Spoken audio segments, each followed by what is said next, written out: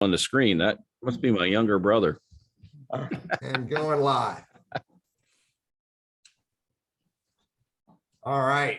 This is good stuff. Randy, I think I got it all straightened out. I think I know what I'm doing. I'm waiting for the spinny. Come on.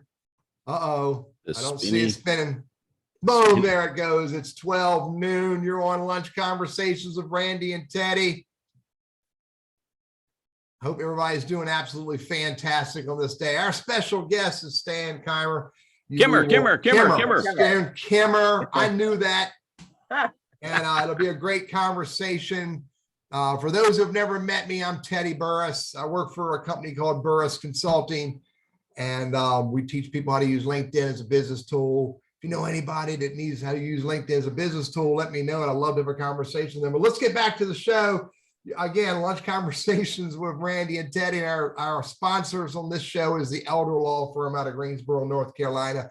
Their number is 336-396-4551. elderlawfirm.com. Let them know that Randy told you to say hi to them. So, Randy, how about that? Yeah. I think I did it, buddy. Well, good deal. I'm still looking on LinkedIn to see if you are live, and we are not there yet. Not streaming live on LinkedIn that I can tell, but we are. All right, I'll work on that. All right, you work on that, rascal, and let's get this show on the road. Randy Wooden, back once again. I took a week off last week, just because I can. Anyway, last week we had our Leadership Winston-Salem, our closing day, and so that was a full day event. We had Nat Bernstein as a guest. We'll have Stan Kimmer today, and Stan's back again. We're going to talk diversity, equity, inclusion. We'll talk a lot of topics. Take your questions. And but first, Randy Wooden with Goodwill Industries, Northwest North Carolina. I run our professional center here in Winston-Salem. So if you or maybe somebody you know that might be in a job search, have them reach out. Our services are free, and we're happy to help. Just let me know, and we'll get you on the calendar. I've been doing this for a long time. Really enjoy it. And I'll tell you something else I enjoy is getting together with Teddy. We do it every Wednesday, and we bring in guests to talk about everything from the standard stuff about resumes, interviewing, job hunting, but also you get into some pretty cool topics too. Business development. We had, all kinds of different topics about professional development, what's going on, assessments, that kind of thing. And Stan Kimmer's back. Stan, you were here, I think about a year ago. Something like that. About a year and a half ago. Yeah. And I actually got to meet you initially through SHRM. I think you did a presentation or two, and very, very impressive. So I reached out to you and said, hey, if you don't mind hanging out with us, we'd love to have you. We're going to talk some pretty cool topics 2 years after George Floyd's death and understanding where we are in the DEI space, what's going on. As far as progress being made, hurdles people encounter. We're also going to cover some definitions. You've heard terms like cisgendered and this and that. You're like, what does all that mean? So we're going to learn all that. We're going to learn that today from Stan. But first, Stan, if you would introduce yourself, then I'm going to ask you the why question. But before we do that, Teddy, before we get started with the conversation with Stan, any questions you have, drop them in chat. And I will queue those up for Randy and Stan to engage on. Also, if you know anybody else that would benefit from this show, who could enjoy it the way you enjoy it, we have 9,000 people watching right now, not including our panelists. Introduce us to other people who can show up and participate and learn and have fun with us. Also, if you know anybody else who would be a special guest, somebody with a great conversation, introduce me or Randy directly to that other human being, because we don't bring robots to the show, so we can bring even more great special guests like we have today. Stan, back to you, buddy. Yeah, hey, Stan, tell us who you are, where you are, and what all you do these days, to include, Teddy, we're talking to a national champion. I don't know if you knew that. Okay, so you better sit up straight when you talk to this guy. So Stan, good to have you back, man. Fill us in on what you're all about these days. What are you doing? Okay, well, it's great being back. Actually, I have my own consulting company, Total Engagement Consulting by Kimmer, and I do diversity, equity, and inclusion training and consulting around a lot of areas. I have a deep expertise in LGBTQ, but I cover employee resource groups, unconscious bias, inclusive recruiting, how to form employee resource groups, how to launch diversity councils, how to form a diversity strategy. I spent 31 years at IBM working in almost every function, but the most fun I had was the 4 years I worked on IBM's diversity team. So when I retired from IBM in 2010, I started my own business and I really enjoy it. And then at the age of 59, without any prior experience, I decided to pursue my lifelong dream of becoming a competitive adult figure skater without any prior experience. So I got skates, I got a coach, I started training 4 or 5 days a week. And finally, after 7 years of training, I qualified finally to attend my first US adult nationals, and I actually won a gold medal.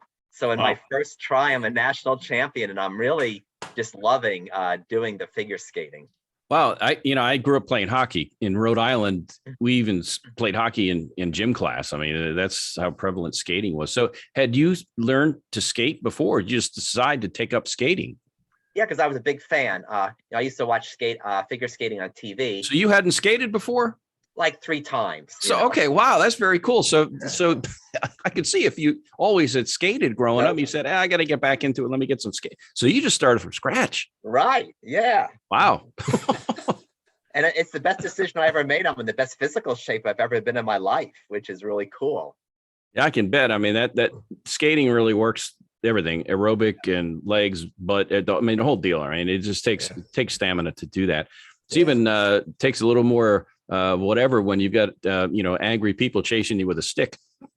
Right. See, I don't have to worry about holding a stick and hitting a little puck thing, but I do have to look really nice on the ice, and I do very well in the performance aspect, because figure skating is both the athleticism of it and doing the tricks, the jumps and the spins, but it's also the performance, being able to do things to time on the music and telling a story on the ice.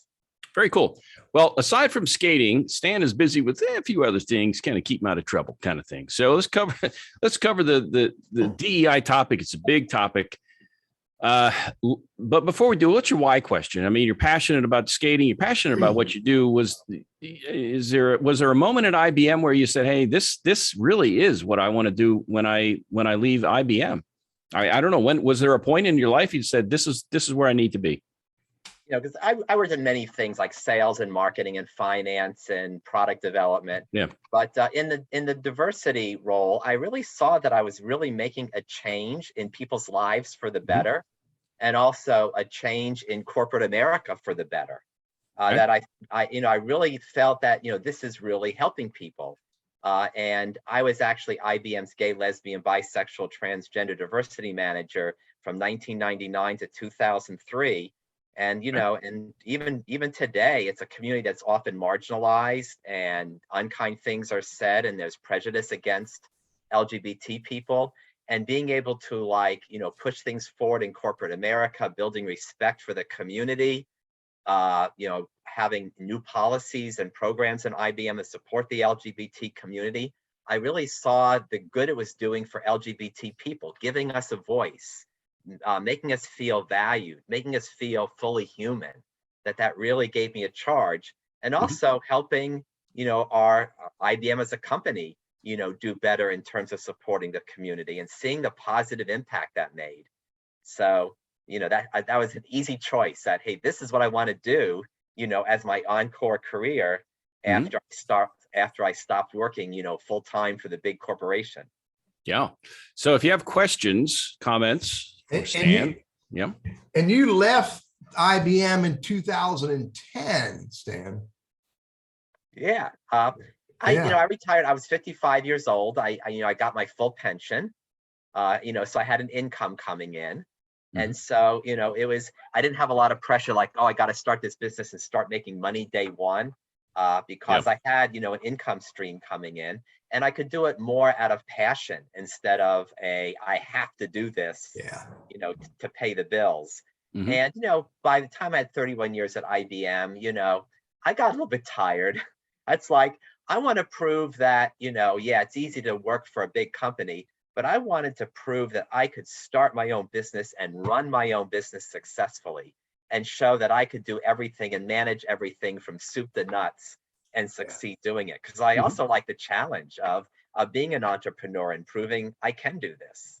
Yeah. Let's pivot to talking some definitions. We hear DEI, diversity, equity, inclusion. There may even be other terms related to that. So let's define those terms for us so that we're all working off the same book. If you would, go ahead, Stan. DEI, what does it mean? Well, diversity is just simply the fact that every single person is unique and different.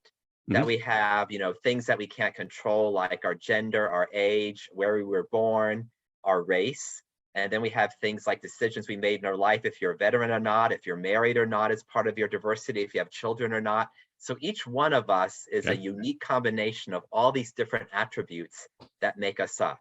And so the workplace, just by nature, is diverse. You have people of different races, ages, genders, everything working together. So diversity is those differences we all have. Then inclusion is creating an environment where all the diverse people feel like they belong, that they're included. I have a voice here. I'm delivering value. My work is valued. And then equity is taking it one step further to realize that we all were given equal advantages and disadvantages in our lives. That we grew up with in different places, and that equity basically means realizing that we've all started life in different places and that we all need different tools to succeed. An example is a blind employee. If you hire someone who's blind, you have to treat them equitably by buying them special computer equipment that either enlarges the words very big on the screen or turns written word on a screen to voice. You don't have to buy that computer equipment for every single person. You just need to provide it for the blind person. Realizing that sometimes women and racial minorities might have a harder time getting promoted in a workplace that's been dominated by white men. So equity means giving them additional training and coaching so they can succeed in leading in a world where they're a minority. So equity is realizing that people have different advantages and disadvantages and giving each person the tools that they need to be their very best and to succeed. So all right, we're 2 years now after George Floyd's death, and DEI, you couldn't turn around without seeing DEI. DEI experts sprung up overnight throughout the internet. Kimmer's been around forever, right? He's been doing this before it became a big thing, right? So, and you're also nationally recognized. So we're talking to an expert here. How have things changed as far as implementation? Are we walking the talk? Give us kind of an update of the last 2 years. Where are we and where do we need to go? And that is really a tough discussion, because what happened is, after the killing of George Floyd and other murders of brown and black people, and then the violence against Asian Americans, companies said, we want to make these statements. We want to get out there and say, this is wrong. We need to do something about it. But the important thing is companies and corporations and organizations need to stop and say, we need to go beyond just making a statement. What are we doing for our Black employees? What are we doing in the Black communities that we're in? That, people don't want just a bunch of empty words and statements. They want to look at a company and say, beyond your statement, what are you doing in terms of action? And so, what the best companies are doing are things like, let us track, our recruiting and promotion rates. If the talent pool is 20% African American, are we bringing in 20% African Americans as we bring in new people? If we're promoting, if we promoted people and we have 20% African Americans and only 2% got promoted, let us look at what's going on. Are we providing the necessary training, or is there unconscious bias? Are we spending our philanthropic money to do things like in inner city schools so that, kids who might be growing up in poverty have a chance to, maybe get internships and get paid internships and go to college to better their lives? Having employee resource groups started where Black employees can get together and network with each other. Making sure that as a corporation, you recognize Black History Month and provide education, to your employees, and also recognize Juneteenth, which is this month. So, the big thing I think that's really precipitated with George Floyd is companies realizing that they have to have actual programs to advance diversity, equity, and inclusion in addition to making those statements. Mm-hmm. Something I'd like to dive into, and again, if people have comments or questions for Stan, please put them in the chat area. Teddy is monitoring that like a hawk. He is on it. He's on it. I love questions. Yeah, I love it too. We can work off talking points and scripts, but I love it when we can kind of get off the beaten path and get on to topics that people really are interested in. Here's one I'm interested in. And because I'm going to ask you. Yeah. But it deals with definitions. We defined diversity, equity, inclusion, and we see other terms that are thrown around out there: cisgendered, transgender, trans this. And I'm sitting there going, okay, well, I don't want to say the wrong things, I guess. I just don't know what to say. I don't even know what some of this stuff is. And I guess I ought to get off my butt and look it up on Google or something. But help us understand, what are some of these terms that are used today, and help us understand when and where they should be appropriately used. Yeah. And see, that is one of them. That's why I love the diversity, equity, and inclusion field, because it's continuing to evolve and change. Right. And, I love change and learning new things. And, I have this list of like top 10 hot topics in the workplace. Right. And one of those top 10 that I've gotten more requests for this topic than any other over the past year is supporting gender identity and expression in the workplace, supporting transgender and non-binary employees. That's an emerging, growing area, especially among the younger generation. Transgender people are those people whose internal gender identity does not match what their external gender appears like. So it could be a person who looks like a man, but inside their heart, they feel as if they're a woman. And oftentimes people make the choice to go through a transition process to modify their exterior to match their interior. And then another topic is growing is non-binary, that there are more people who say, I don't feel that I'm totally 100% male or totally 100% female. I'm a combination of genders, or I don't even view myself as gendered at all. And often people who are non-binary would like you to refer to them as they or them instead of calling them he or she. When you're talking about me, just refer to me as they. They said this, they did that. And then you mentioned cisgender. Mm-hmm. Cisgender are those of us who have basically been totally satisfied with the gender that we had at birth.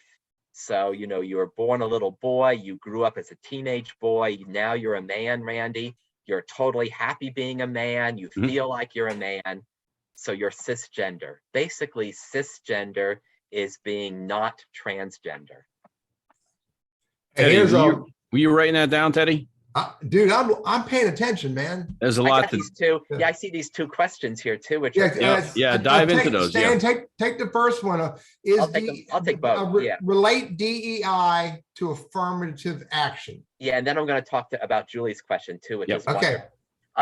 So actually, affirmative action was a program, started by the U.S. government by law, basically saying that in the past there's been definite prejudice against, people of color and against women, that they've been disadvantaged in the workplace. So we need to take steps to make sure that they are treated equally and given equal opportunity to advance, get equal pay for equal work, being evaluated and treated equally. DEI is a lot more strategic and goes way beyond affirmative action. It's not like, let's just do the minimum to make sure that everybody is being treated equally or equitably, but what are things that we can do to use diversity, equity, and inclusion as an advantage? Recognizing that if we are really aggressive with recruiting a wide range of people, we're going to get the best talent. when we bring in a wide range of diverse people, they're going to bring different ideas to the table, and we're going to come up with more creative solutions, realizing that when we have diverse people, they're going to serve a diverse marketplace or a diverse citizenry better. So, diversity, equity, inclusion is more like a strategic approach. How do we integrate diversity, equity, and inclusion to our whole business strategy and really leverage diversity, equity, and inclusion to be the very best organization we can be. Gotcha. All right, so go ahead if you want, Stan, and address the belonging. Yes, that is because diversity, equity, inclusion, has been around a while, and now people are adding the B, which is belonging.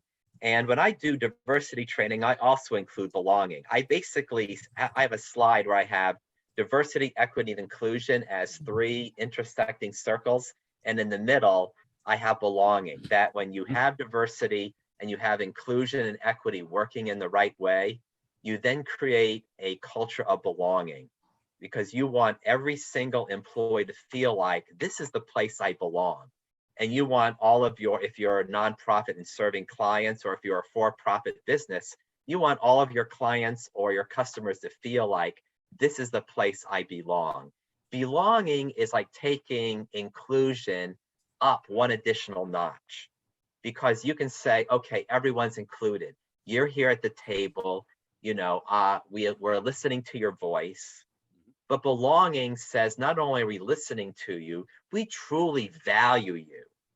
We're really taking to heart what you're saying, that you're not just at the table, but we view you as a valuable contributor, and we're really listening to what we say.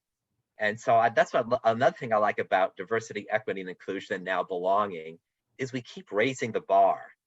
So I like to look at belonging as like inclusion squared, if you will.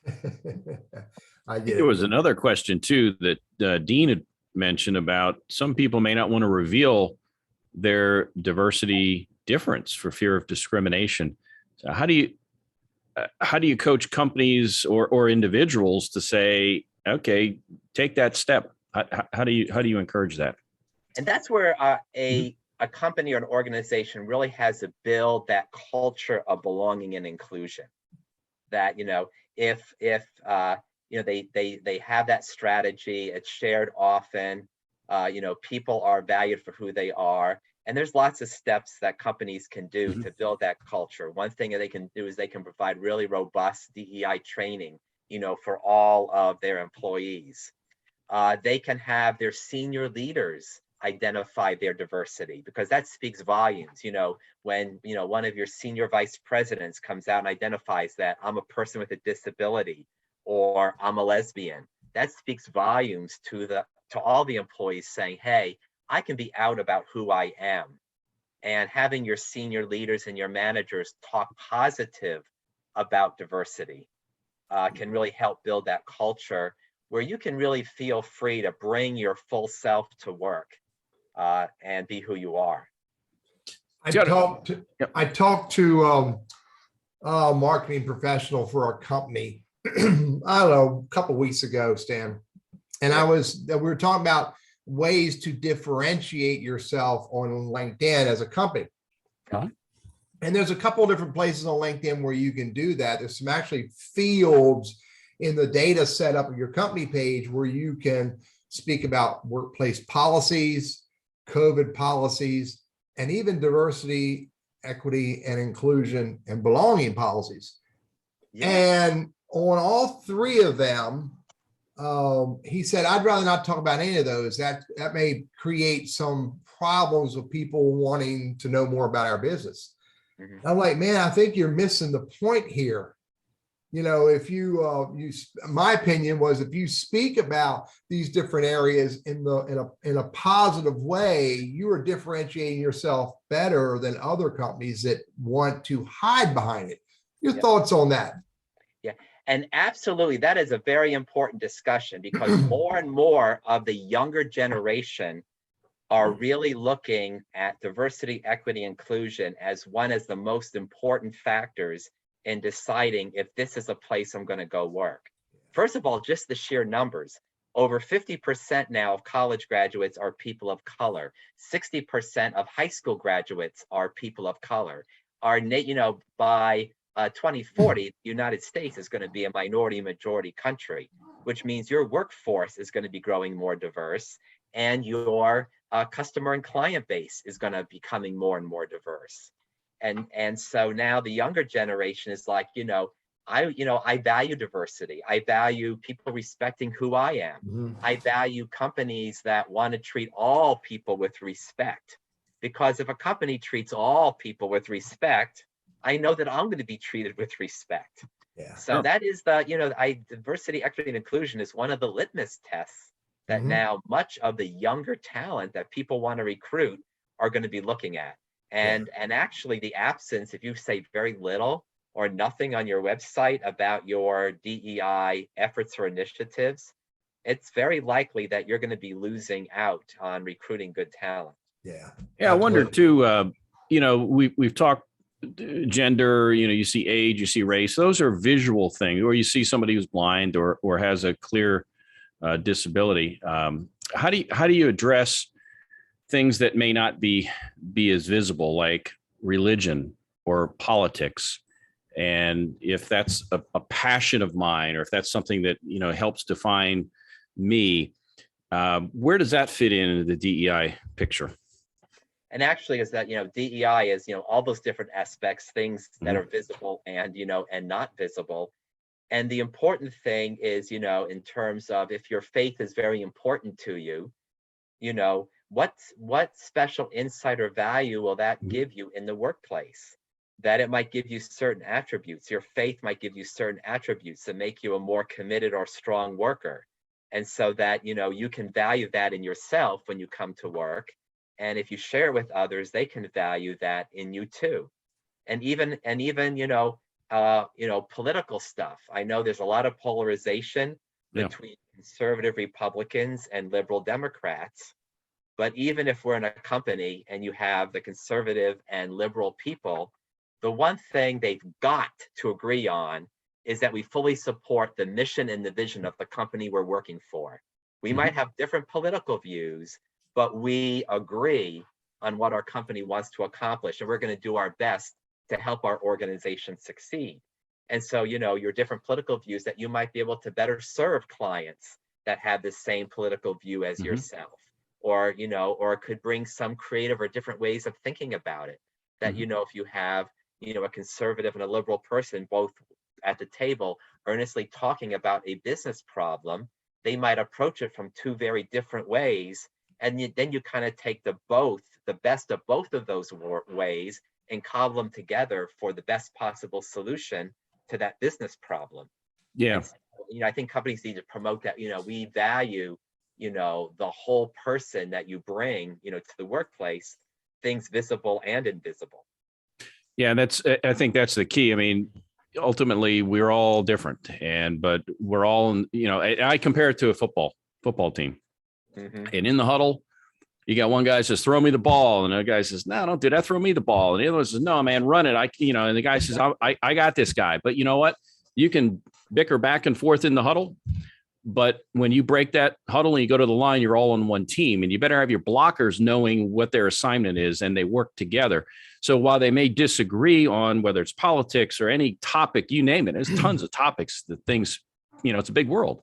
But ultimately, the main goal needs to be the main goal. I just want to ensure that people, all people, can feel the belonging piece, even if their view may be different from others.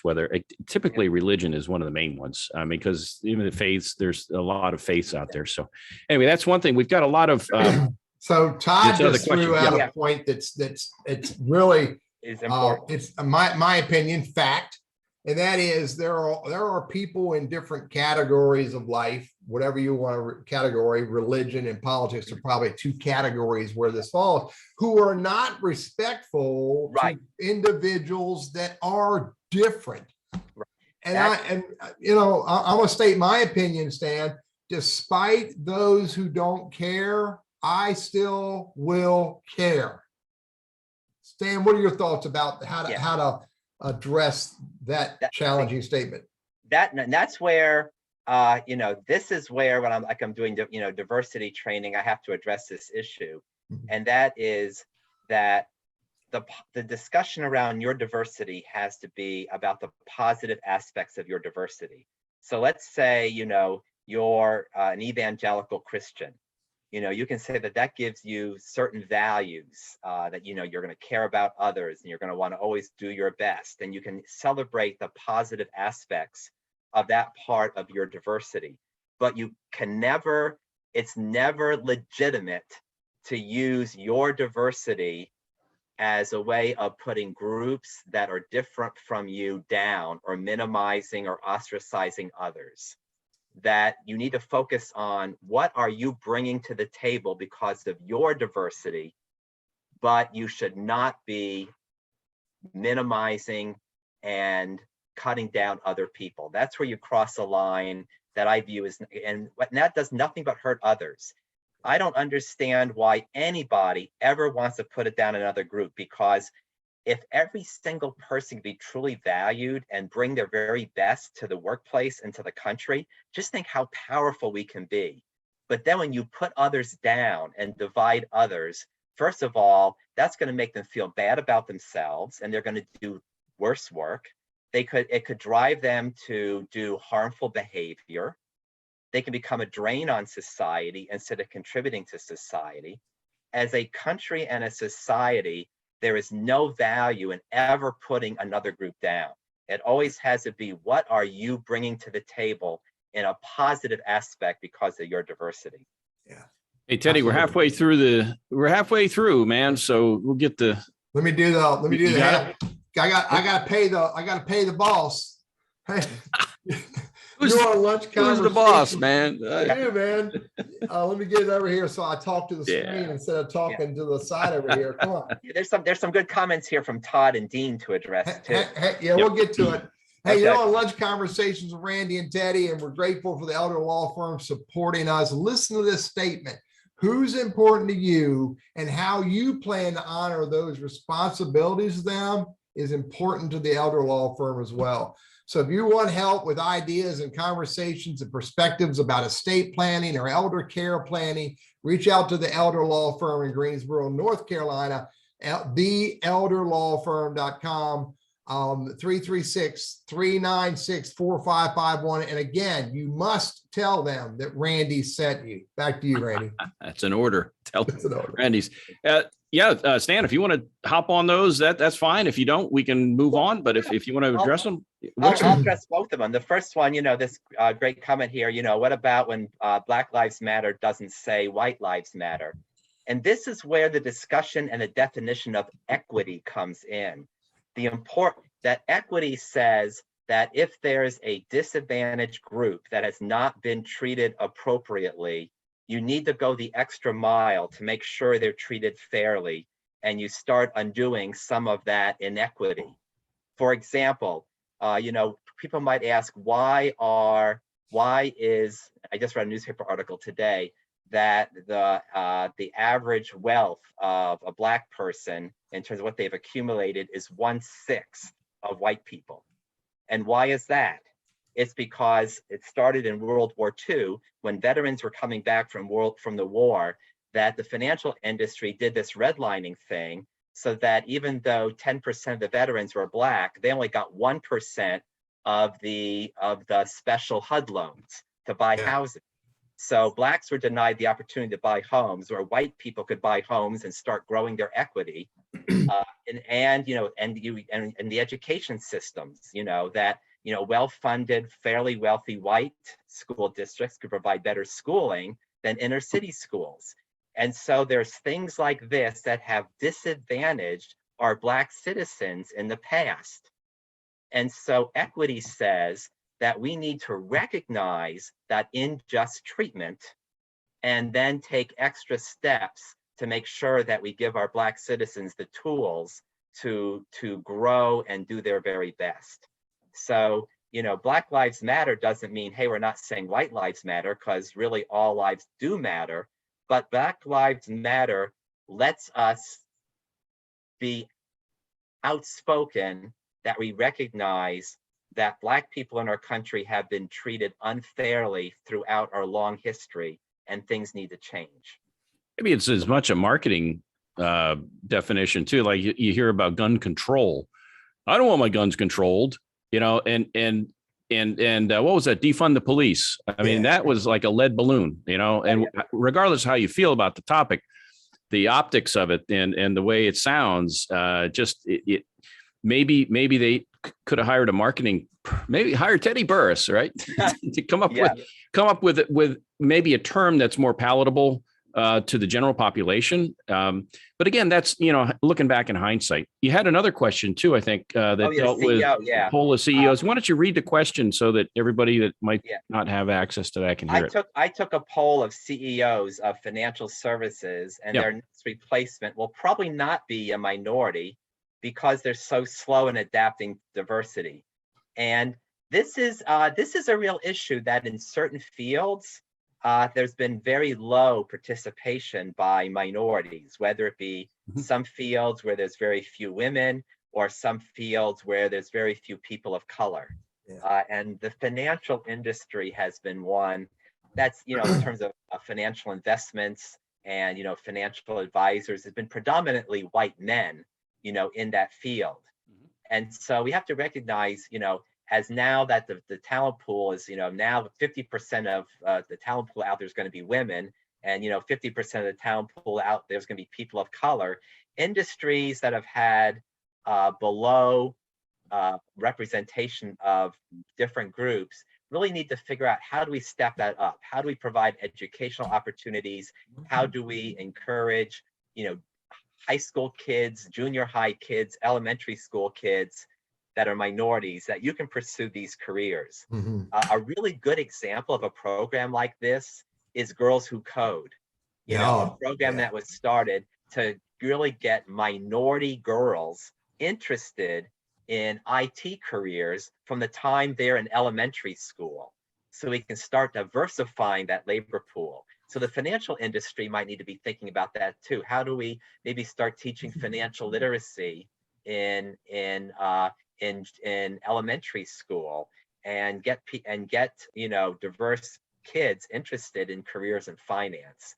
So it's a long range strategy and long range work that has to be done by certain industries to diversify their overall workforce. And then when you start diversifying the workforce, then that will lead to start diversifying the leadership, you know, in that industry. Cool. You put some talking points together, and what I really love about Eddie, what I love about Stan, among other, I mean, this guy's great, right? And he has these talking points, and we haven't even touched on them.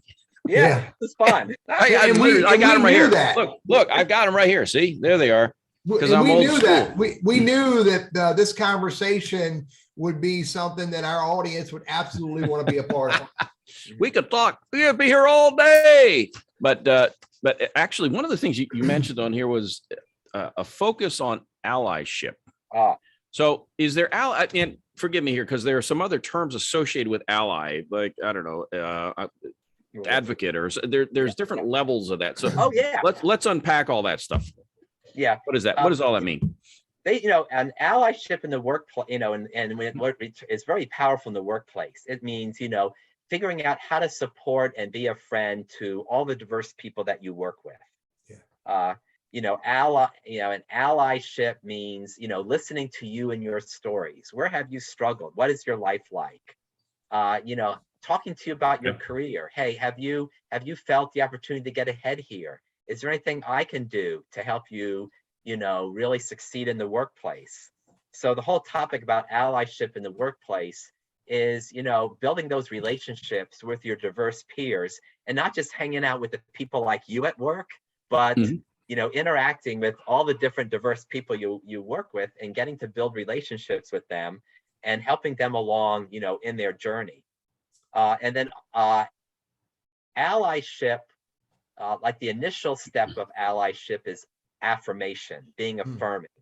You know, you're here, you're different from me, and I appreciate you being here.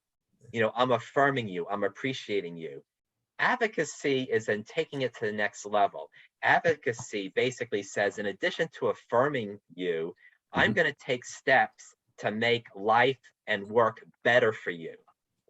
In other words, Okay. if I hear like a manager who's like saying unkind things like, I don't want to promote women because they're just not as committed, or I hear a manager talking about, a racial minority in an unfavorable way, I'm going to stand up and say, that just is not right. And you shouldn't be talking like that. I'm going to stand up for you, publicly, and call people out when they're being unkind, or I'm going to do things to help. Hey, I'm going to go to my supervisor and say, we need to start a mentoring program for minorities and women, so to make sure they're given opportunity to advance. I'm going to do things to help make the workplace better for you. So advocacy is taking allyship to kind of like its strongest level. For me, there's a different question here. What's the difference between an ally and a mentor? Actually, an ally can be a mentor. Basically, a mentor is someone who is usually someone who's more knowledgeable or advanced in the position, is going to help you grow. And you can be mentoring someone who's very similar to you, but also you can be an ally by mentoring someone different from you. I was mentoring a young Black woman who graduated from NC State. She was a basketball star, and now she's in the business world, and she wanted to get a role in HR. And so I could be an ally to her as a white male, but be a mentor to her in terms of like helping her understand what skills she needs to build, helping her make connections to get that HR job that she wanted to get. Yeah, I think a lot of Stan, between ally and mentor. Yeah, that's good breakdown. Appreciate it. I remind myself of years ago when I was in business, and someone said to me, in the context of discrimination, someone said to me, if you don't say anything, you might as well be supporting those who discriminate. Yeah. And that rang with me big time. And to this day, I really do believe, it's not like I got called every fool out that's out there, but to this day, I often think about, what do I hear? What do I see? And if I do see or hear stuff that's inappropriate, especially from those I care about, because that often is because of ignorance. Yeah. And it's important for me to participate in a conversation about why that's a problem. Yeah. There's a great movie, and I like to watch during the pandemic. I started watching all these old movies called A Gentleman's Agreement. Yeah. And in the movie, a reporter basically went undercover as a Jew to uncover discrimination against Jewish people. And at that time, he was dating a socialite, a very young, rich woman, who was kind of like, why are you doing this? And finally, at the end of the movie, she realized that my sitting back and not doing anything to fight discrimination against Jews means I'm complicit in the discrimination. That, basically doing or saying nothing when you see an injustice is the same as almost contributing to it. Yeah. Yeah. And then, Dean knows the movie here. And I want to answer Todd's question because I love it. And also Dean's question here. About transgender males competing against women. Actually, there are lots of bodies that oversee sports. And the general rule is that, if the level of hormones and the strength of a transgender person gives them an unfair advantage, then they are not allowed to compete. What happens is when you go through gender transition, you do take, estrogen as, if you're transitioning to a woman, you're taking estrogen. If you're transitioning to male, you're taking testosterone. And so what happens is your, estrogen or testosterone level, might be moderated, that it could be fair competitively. And so, I understand, like, let's say, a 240-pound super muscular transgender person who never really went through hormone replacement therapy and still has all their testosterone would be unfair competing in a women's weightlifting competition. And the sports authorities are very, very good about ruling that a transgender person can only participate in a sport if their hormone level and other factors do not give them unfair advantage. Yeah. Gotcha. And it's motion forward, as Todd mentioned just now. A lot of these groups are not maybe not taking the highest road they could take and the most deliberate,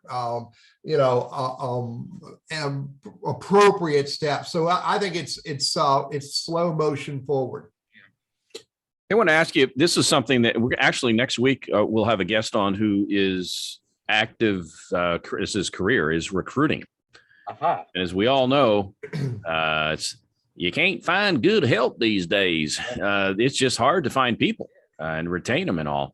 So help us understand some of the changes that companies have undertaken to attract and retain a more diverse workforce. Are there things we ought to be on the lookout for? That's a great question, because there's more baby boomers like us retiring than new people coming into the workforce. And, so the competition for talent is very, very tough. And so one of the things is looking for untraditional sources of employees. So a lot of companies are looking at innovative programs like, looking at really being more aggressive about recruiting veterans and understanding the special skills that veterans bring into the workplace, and realizing it's not just about going out on a field with a gun, but they've built other skills that are important. Looking at incarcerated people, like 80% can't get hired when they get out of prison, and you give a prisoner, an inmate, a second chance, they're going to be a very loyal, good employee. Yeah. People with disabilities, unemployment rate of 35%.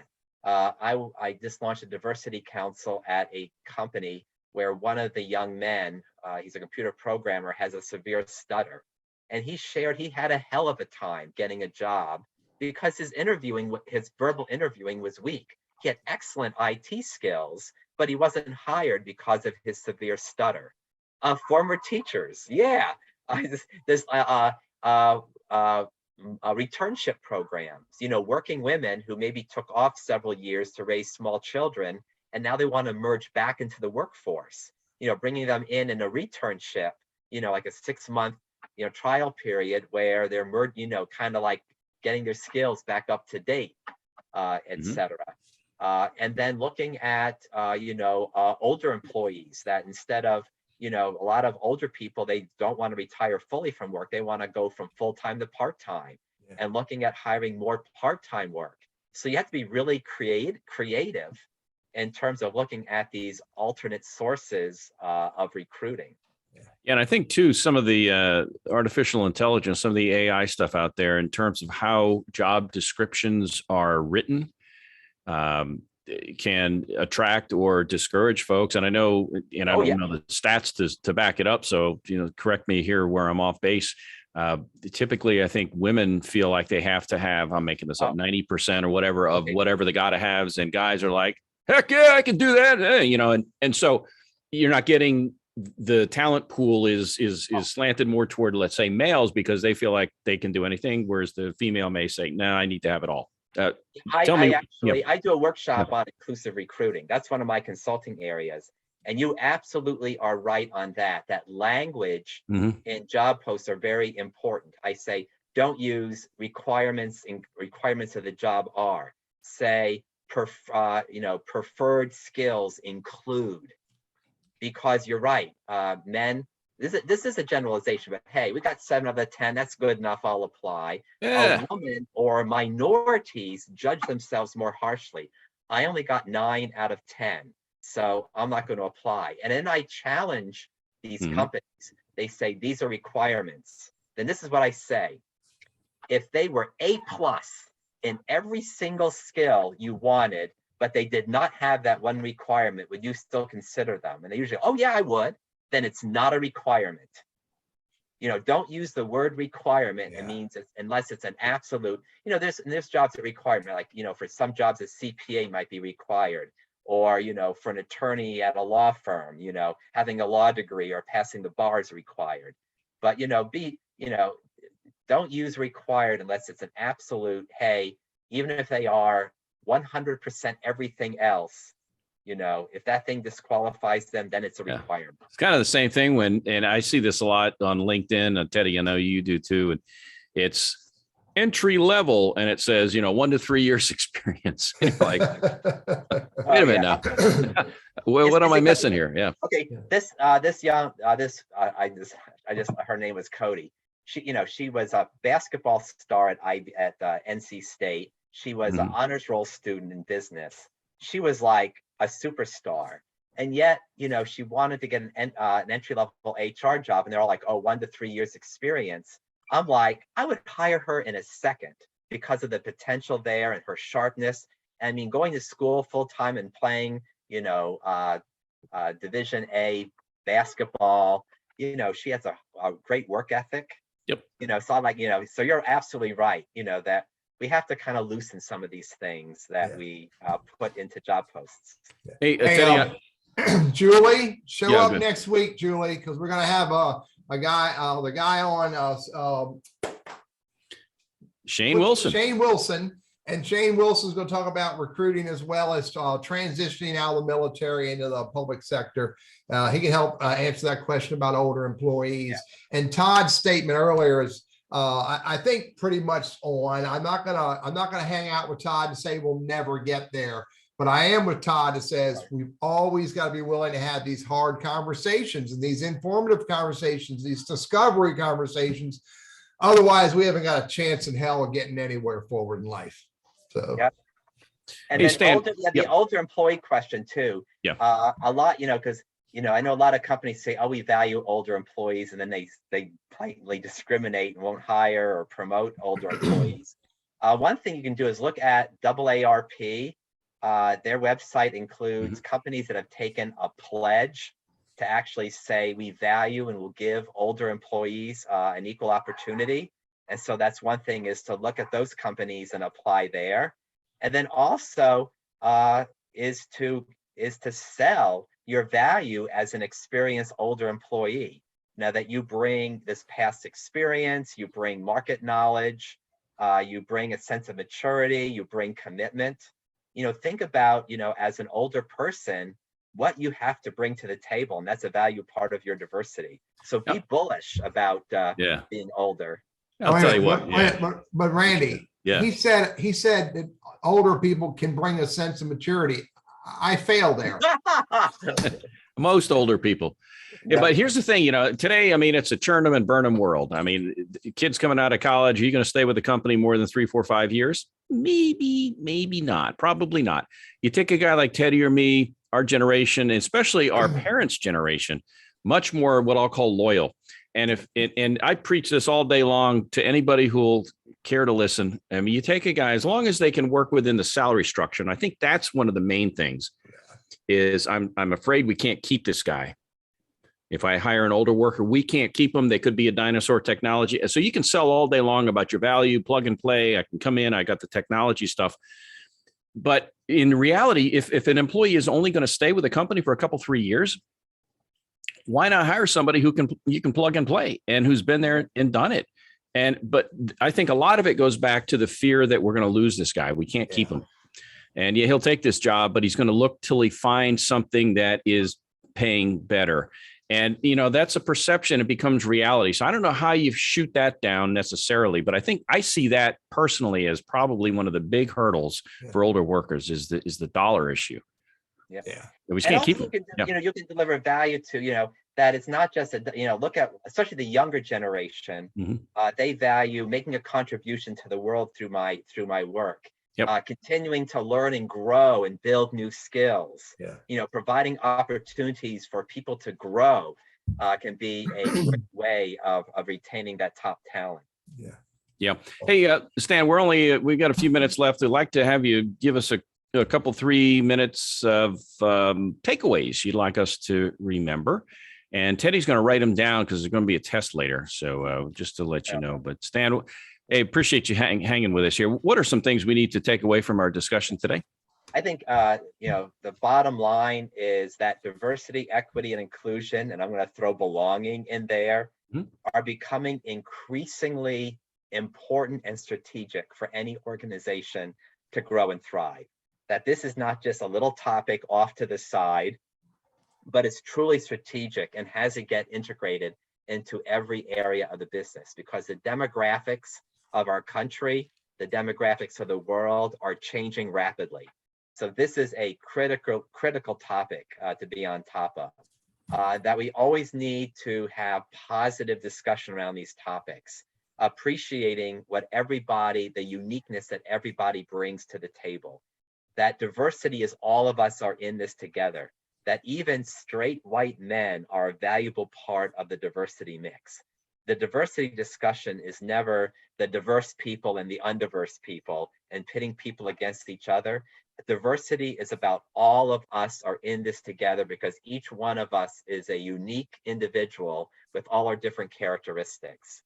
And that organizations and companies really do need to think about building a robust DEI plan, investing in it and executing it, because they're going to want to, recruit and retain the very best talent, and also provide the best service or the best products to a growingly diverse customer set.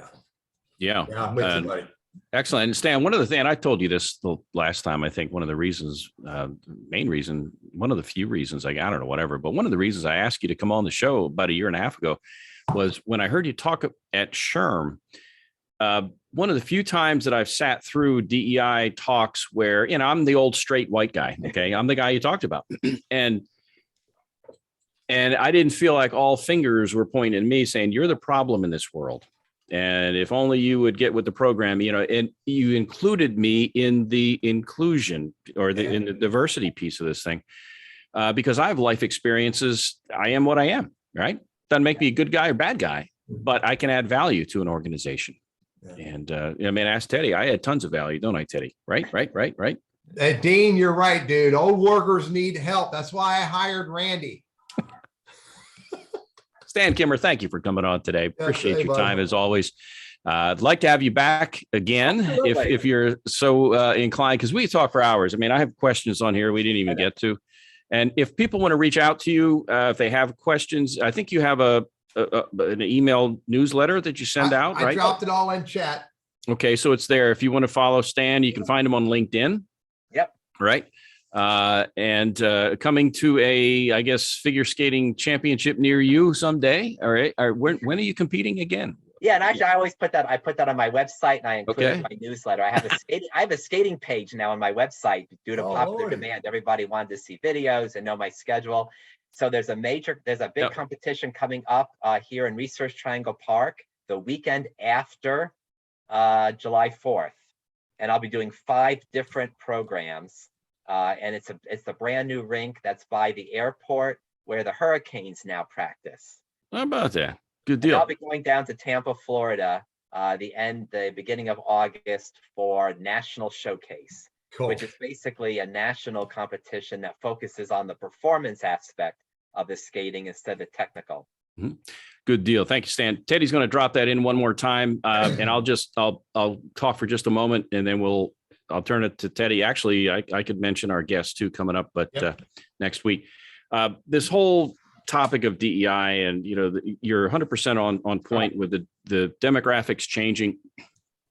And so from a purely financial and strategic standpoint, this thing makes sense. How are we going to, if the talent pool is widening and we're only marketing to and recruiting in certain bands of that large demographic, then we're missing out on a lot of people. So it makes financial sense, strategic business sense. Who are we going to sell to? That, but beyond that, it's a moral issue. Nobody gets out of here alive, and I don't care what you look like, what all of that stuff, right? I care that you can do the job, and we can get along. We can find ways. I think at the end of the day, a lot of us have a heck of a lot more in common than we would otherwise realize. Yeah. We tend to focus on visual differences. But I think at the end of it all, we do have a lot more in common than we would probably have different. Teddy, I'll turn it to you, and you want to mention our guest coming up, or I can do that. Yeah. Sean Wilson. I don't have. I got it. Yeah, I can do it. Shane's an old friend. Shane Shane Wilson is a recruiter. He actually recruited my son to the Marine Corps back in the years ago. But he then transitioned from the military into civilian life. So he's going to talk about that transition. And he's been in recruiting ever since, I mean, in civilian life. So he's going to talk about what the world of recruiting looks like today. And also, again, his military background. So lots of stuff to unpack with that. That'll be next week on the 15th, Teddy, 11:55. Cool. Hey, Stan, thanks a lot for joining us again today. I really appreciate it. One of the things that you remind me of on a regular basis is a saying that I learned, another saying I learned years ago, that the only people you hang out with Monday through Friday, 9 to 5, every day of your life is the same people over and over again. The only thing you're going to discover is the same stuff that group of people has to share with you. So my words are in my mind, go out and meet people who are way freaking different than you, and your life will be way freaking richer. Yeah. Thanks, Stan. I enjoy being with you, and I hope to come back. Yeah, man. All right, We'll have buddy. you back. Take care. All right, buddy. We'll see everybody next week. Take care. See you. Goodbye.